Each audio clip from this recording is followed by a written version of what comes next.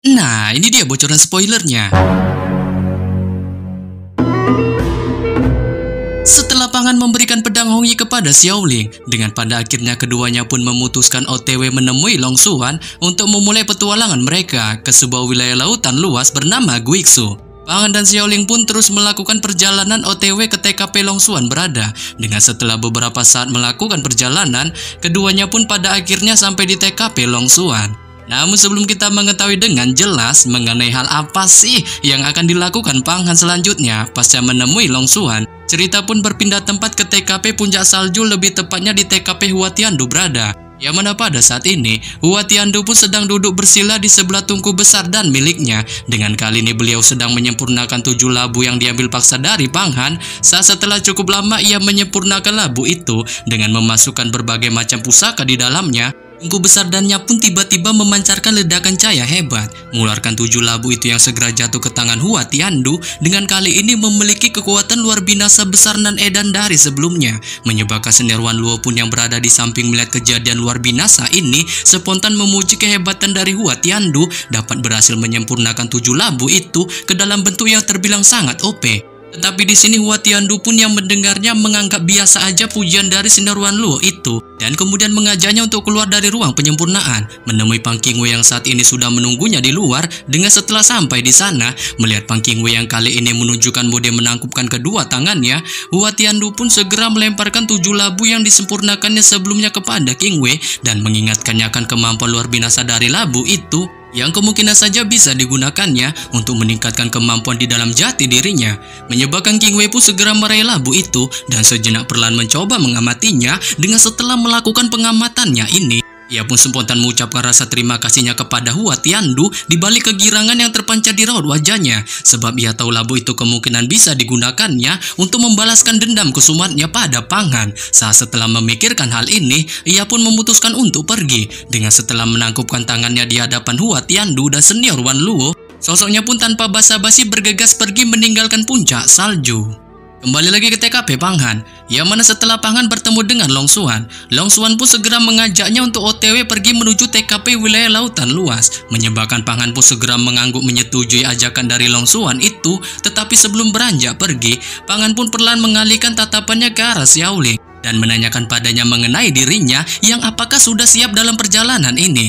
Saat Xiaoling pun mengiyakan pertanyaan dari Pangan itu, diikuti pancaran sinar cahaya yang dikeluarkan dari dalam tubuhnya. Dengan itu pun segera menyapu sekitar TKP-nya, menyebabkan Long Xuan pun yang melihatnya sontak terkejut dengan tak menyangka Xiaoling memiliki kemampuan misterius yang terbilang cukup mengerikan di dalam klan iblis, sehingga membuatnya pun mengingatkan Pangan untuk lebih berhati-hati lagi pada Hongyi KW itu. Dengan setelah mengingatkan hal ini, tubuhnya pun melesat terbang OTW menuju lautan luas, diikuti dengan Pangan dan Xiaoling yang bergegas mengikuti di belakang.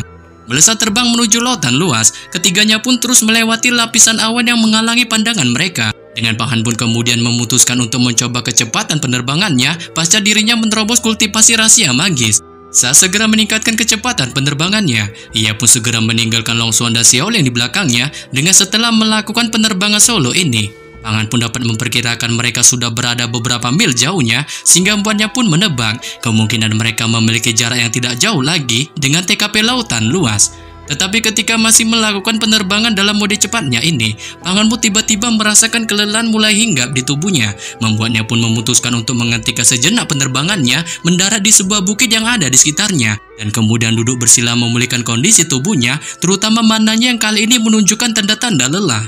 Namun tak lama baru saja Pangan memasuki mode pemulihannya, Xiaoling dan Long Xuan pun perlahan menampakkan batang hidungnya di kejauhan dan kemudian mendarat di TKP-nya di balik kelelahan yang terpancar di masing-masing raut wajahnya. Sebelum kemudian Long Xuan pun memuji kecepatan penerbangan dari Pangan yang menurutnya terkesan sangat edan.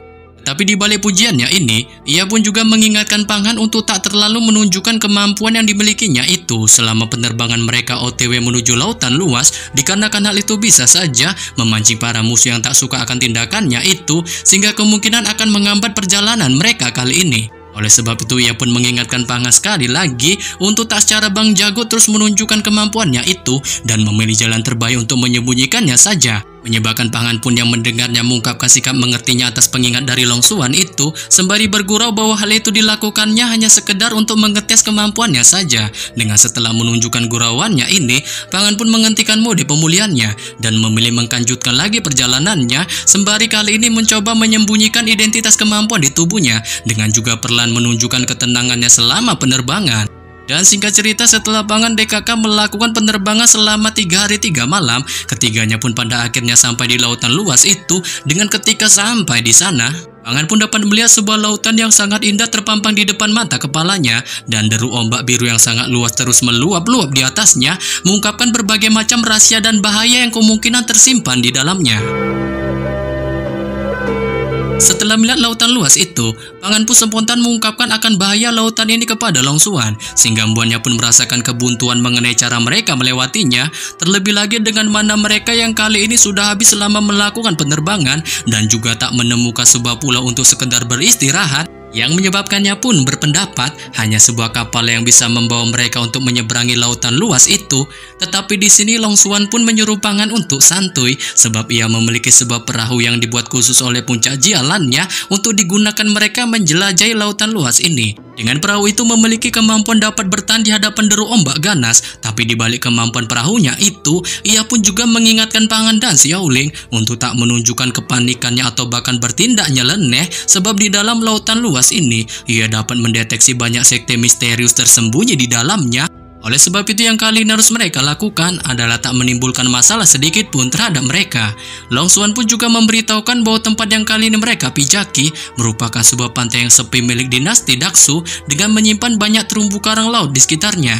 Yang oleh sebab itu ia pun segera mengajak Pangan untuk pergi mengikutinya, menemukan sebuah benda bernama karang darah berumur lebih dari 500 tahun. Dengan memiliki kegunaan meningkatkan kemampuan tubuh seorang praktisi, saat setelah sampai di TKP wilayah benda itu, Long Xuan pun segera memunculkan mana di tangannya yang tanpa basa-basi merogoh sekelompok terumbu karang merah di bawahnya dan tiba-tiba menemukan sebuah karang darah besar yang memiliki kilau cahaya merah serta esensi kumpulan energi spiritual di dalamnya, sebelum kemudian ia menyerahkannya kepada Pangan dan mengingatkannya untuk menyerap esensi di dalam karang darah itu yang memiliki kegunaan membersihkan darah dan racun di dalam tubuhnya dengan bahkan memperpanjang masa hidupnya.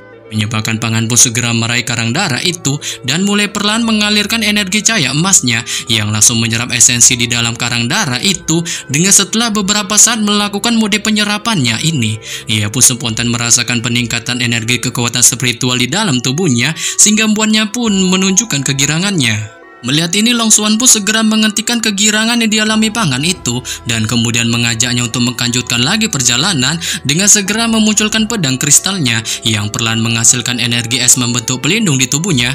Sosoknya pun melesat terbang jauh ke wilayah dalam lautan luas, diikuti dengan Pangan dan Xiaoling yang bergegas mengikuti di belakang.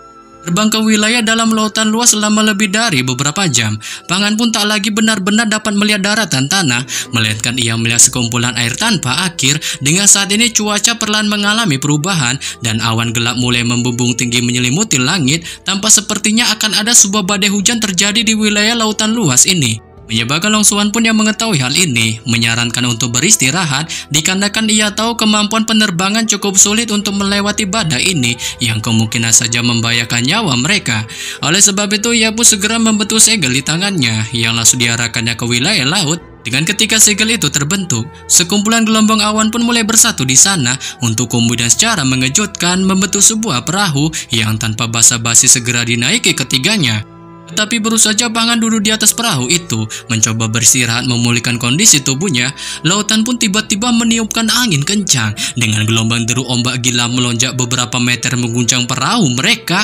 Tapi di balik guncangan ombak ini, perahu yang mereka naiki pun masih tetap menunjukkan ketangguhannya dengan mengeluarkan semburan cahaya yang segera menahan hantaman gelombang deru ombak yang akan menenggelamkan mereka. Menghadapi situasi beradrenalin ini, Long Xuan pun segera memberitahukan pada Pangan secara lantang bahwa mereka akan benar-benar bertemu oleh seekor makhluk penghuni lautan ini, yaitu sebuah seekor ular air hitam raksasa berusia ribuan tahun. Dengan Long Xuan pun mengingatkan Pangan untuk bersatu melawan Raja Ular Hitam itu, sebab jika mereka dapat mengalahkannya atau bahkan memokatkannya, mereka kemungkinan dipastikan akan mendapat manfaat banyak. Menyebabkan Pangan pun yang mendengarnya spontan menunjukkan keterkejutan hebat di wajahnya dengan tak menyangka dirinya dapat bertemu seekor binatang ajaib yang terbilang sangat kuat. Sebelum kemudian tatapannya pun segera memandang tornado di arah kejauhan di depannya, menemukan seekor ular raksasa dengan tubuh panjangnya menggeliat di sana, diikuti suara keras yang dilontarkannya di balik wajah mengerikannya. Saat setelah menatap Raja Ular Hitam itu, Pangan pun segera memunculkan cahaya langsung menyelimuti tubuhnya, dan kemudian bergegas melesat terbang menuju ular raksasa yang saat ini berada di tornado. Mendekati Raja Ular Hitam itu, Pangan pun semakin lebih nyata melihatnya. Dengan kali ini ia bisa melihat setiap sisi ular raksasa itu memiliki bentuk yang cukup tajam layaknya seperti sebuah pisau, terutama pada taring-taring di mulut besarnya tampak sangat tajam dan mengerikan. Sehingga membuat Pangan pun tahu bahwa taring ular raksasa itu sepertinya 10 kali lebih baik dibandingkan taji Syura, yang jikalau ia bisa mendapatkannya kali ini dan memurnikannya menjadi sebuah harta pedang, kemungkinan dapat dipastikan pedang yang dimurnikannya itu akan memiliki kemampuan yang sangat OP. Tetapi ketika Pangan masih memikirkan hal ini, Raja Ular Hitam pun yang saat ini berada di tengah badai tampaknya merasakan bahaya atas kehadiran dari Pangan di dekatnya, membuatnya pun spontan mengeluarkan suara raungan kerasnya yang semakin menjadi edan. Saat itu pun segera menyebabkan berbagai jenis ilusi mengerikan bermunculan. Dengan itu pun masing-masing segera melesat ke arah Pangan, Longsuan dan Xiaoling, sehingga membuat ketiganya pun kali ini merasakan ilusi mulai dialami mereka. Namun demikian di bawah kemampuan ilusi yang dimunculkannya itu pun tampaknya tak mempan sedikit pun pada Pangan DKK yang saat ini notabene memiliki kultivasi misteri magis, memungkinkan ketiganya dapat mematahkan ilusi itu. Saat setelah mematahkan ilusi ini, Pangan DKK pun mulai meluncurkan combo serangan gabungannya ke arah Raja Ular Hitam itu. Dengan ketika combo serangan itu menghantam Raja Ular Hitam, itu pun segera menghasilkan ledakan yang sangat dahsyat. Dengan tubuh Raja Ular Hitam itu pun terguncang untuk sementara waktu di dalam badai tornado, sehingga membuat kelompok Pangan pun yang melihatnya bergegas menyerbu ke arahnya mencoba untuk menghabisinya.